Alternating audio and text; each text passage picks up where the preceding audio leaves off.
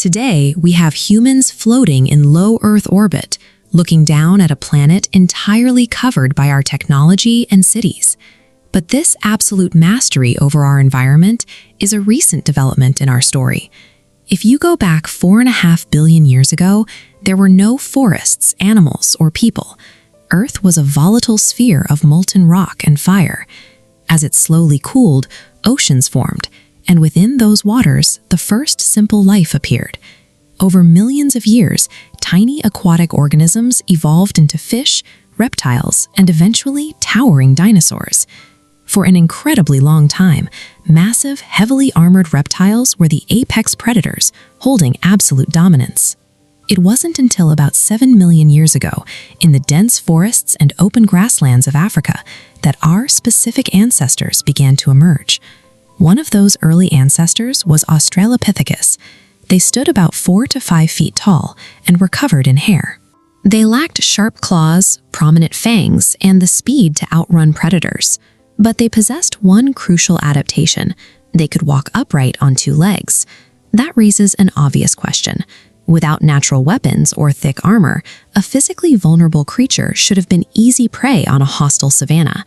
We need to understand how they managed to survive long enough to eventually conquer the planet. By walking on 2 legs, early hominids freed up their anans. About 2.5 million years ago, Homo habilis began using those free hands to manipulate their environment. They took loose stones and deliberately shaped them to create sharp cutting edges. These are the earliest known tools. This diagram illustrates the biological feedback loop these stones initiated.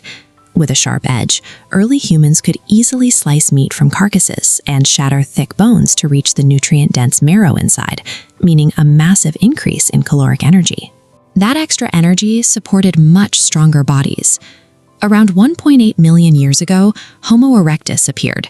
They walked completely upright and possessed the physical stamina required to travel extensive distances.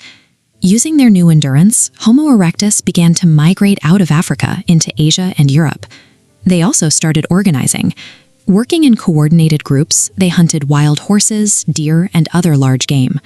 Through sharpened rocks and organized teamwork, early human ancestors transitioned from vulnerable targets into capable predators. Around 1 million years ago, early humans began doing something completely unnatural. They collected fire from lightning strikes and wildfires, and eventually learned how to maintain and create it themselves.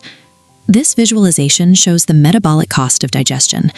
Heating food over a flame breaks down the chemical structure of meat and plants outside the body. Because cooked food is partially processed, the digestive tract spends less energy breaking it down. This surplus of metabolic energy was redirected upward. On a timeline, as humans master fire, we see an exponential spike in cranial capacity. Fire provided warmth and warded off predators, but its most critical role was internal. It served as the biological catalyst that physically fueled the construction of the modern human mind. As early humans migrated into freezing climates, they fashioned simple tools from bone. By using bone needles, they sewed animal furs and hides together to create the first protective clothing, allowing them to easily withstand harsh weather. They sought shelter in caves to escape the cold. Inside those natural shelters, small families gathered around the heat of fires. Over generations, these close-knit groups began communicating with more complex sounds and gestures, laying the foundation for early language. Physical proof of their expanding cognitive abilities is visible today. These cave paintings of animals represent the birth of imagination, art, and abstract thought. About 300,000 years ago, Homo sapiens emerged. This is the species we belong to. They had large, advanced brains, utilized complex language, and developed highly effective methods to cooperate and solve problems. This map shows their migration. Homo sapiens gradually spread out of Africa, establishing populations across Asia, Europe, Australia, and eventually reaching the Americas. They became the dominant species because they no longer needed millions of years to physically adapt to a new climate or predator. They could now outthink and out-innovate any environmental threat in real time. For hundreds of thousands of years, humans were hunter-gatherers, moving constantly to track food sources. That lifestyle changed roughly 12,000 years ago, when humans learned to farm crops and domesticate animals. The shift from roaming to farming had an immediate compounding effect. Because they could produce surplus food in one location, humans established permanent settlements. Villages grew, populations rapidly multiplied, and the first cities were built. Dense populations led to specialized labor, trade networks, and the invention of the wheel. Crucially, humans began to record their observations. This cuneiform script represents the first time information was stored and shared across generations, without relying on memory alone. These modern skyscrapers are the direct result of that initial ability to preserve knowledge. Over thousands of years, recorded information allowed humans to master mathematics, metallurgy, and complex engineering.